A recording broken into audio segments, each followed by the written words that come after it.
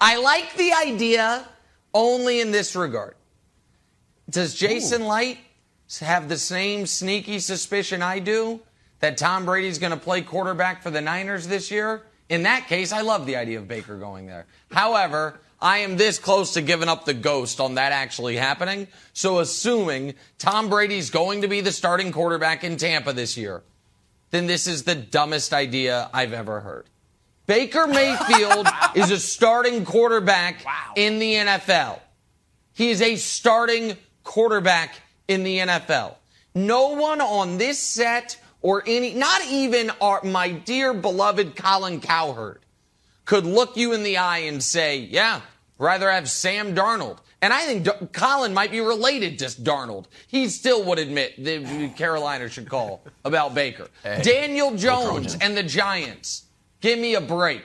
Like the idea that they wouldn't be better off with Baker. Seattle with Drew Lock. Pittsburgh with Mitch Trubisky. That's 4 teams that it's a no-brainer. Baker Mayfield should be the starting quarterback for, and we could add more. Detroit, you could make the case for. Some would make the case for Houston. I understand why they want to see what they have in Davis Mills, but the list goes on. So the idea that Baker Mayfield should have to sit out a season or back up somebody for a season, I find insulting and outrageous. So no, I don't want to see him back up Tom Brady in Tampa, Broussard. All right, first of all, Nick, 2 hills you need to come down from. One, that Tom Brady's going to San Francisco. He's not. And 2, that Baker Mayfield's going to the Giants. He's not. All right? Come down off those hills. And then this, too. Nope. Jameis Winston is a starter in this league. Not only a starter, but heck, last year's a dark horse MVP candidate. I mean, so he sat behind Drew Brees for a year. Now, I am with you, Nick. Look, I've been critical of Baker. I call his tweet of surrender immature, and now a lot of people have picked that up on that, and they didn't like it as well. But I was one of the first to say that. And he has not handled himself well, and Deshaun Watson obviously is much better, so Browns did the right thing. But I hate that he is in this position because you're absolutely right, Nick. He's a starter. All right, whether it's Seattle, I agree, Pittsburgh, I think I'd rather have him than Trubisky. He is not yet, he's not shown, like a Marcus Mariota did earlier in his career, that he's not a starter. Baker's not yet proven beyond a doubt, he just doesn't have it. So I feel bad for him that he's in this position.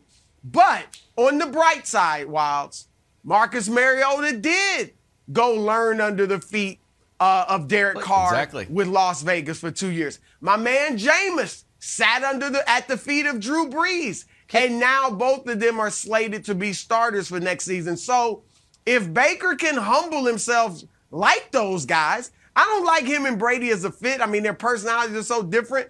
But obviously he could learn from Brady if he would humble himself. So it's hard to hate on sitting behind the GOAT. Excited to Baker's getting in the locker room. Brady's like, hey, let me tell you about Solana coin. He's like, geez, man, stop it. I'm just here to try to play football. The Wilds, let me ask TX Exchange. He's like, geez, buddy, the crypto stuff leave me alone, is weird. Pal. So the crypto stuff and the plyometrics and the special water, all of it. He's kind of an odd duck. So neither here nor there. But Wilds, here's the thing.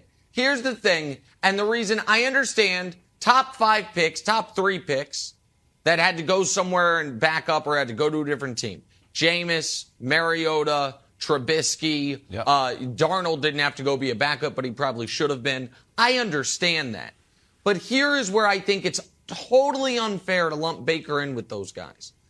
So Jameis was good in year 2 and then was awful for 3 straight years, Wilds, before he had to go be a backup. Similar arc for Mariota. He had multiple awful years before he had to go be a backup. Trubisky was bad from the word go before, and he had so many chances.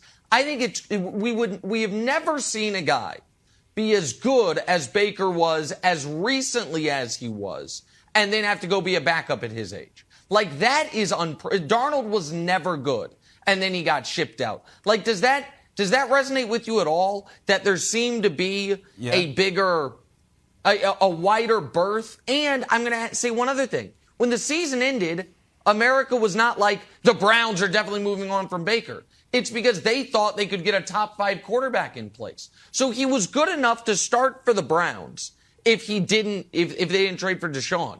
But he's not good enough to start for the Panthers or the Seahawks or the Giants. I just find it outrageous. Okay, so I would argue, Nick, that it's probably 70% of a Baker problem, how Broussard says, you need to look in the mirror and a little bit of, statistical stuff, and 30% narrative problem. Do we know that Jameis got that much better learning from Drew Brees and Sean Payton? It was a narrative thing that was with Jameis. And guess what else Jameis did? Besides those wacky workouts, got eye surgery. Like, he's going to be better. That was something we were discussing. The LASIK. Now he'll be able to see the players in the right jerseys. The narrative changed for Jameis, and that's why people were calling him the dark horse MVP candidate. But Nick, I think it's better long term to sit behind Brady, change your narrative, than go play for the Lions. What are you going to do with the Lions if the Lions remain the Lions? Do we think like, you know what? 12 touchdowns, 8 interceptions, Baker's back? Don't you think it's better to sit behind Tom Brady and come out a new guy? No, I didn't. Well, I don't know if the Lions are better, but I do think, the teams I listed are better. But is J.K. Rowling running NFL teams? Who gives a rip about the narratives? Is he better than my guy? Like Brew, the idea that the Baker narrative is such, I thought this was a results business. He's flatly better than a half dozen current starters in this league. OBJ didn't think so. Well, here's Wilds isn't off, Nick, because the narrative for Baker is that he's immature, he's not a good leader, and as the Chris Morton said about the Browns, he's not an adult. You want a calming presence at quarterback, all right? And that is where it does hurt Baker. And I think one thing he could learn from Brady, among others, is Brady has intensity and yet is still a calming effect on his teammates. Thanks for watching. Subscribe here to get the latest from the show. Also, be sure to check out more of the best clips from First Things First, or go watch a few segments from our other shows on FS1.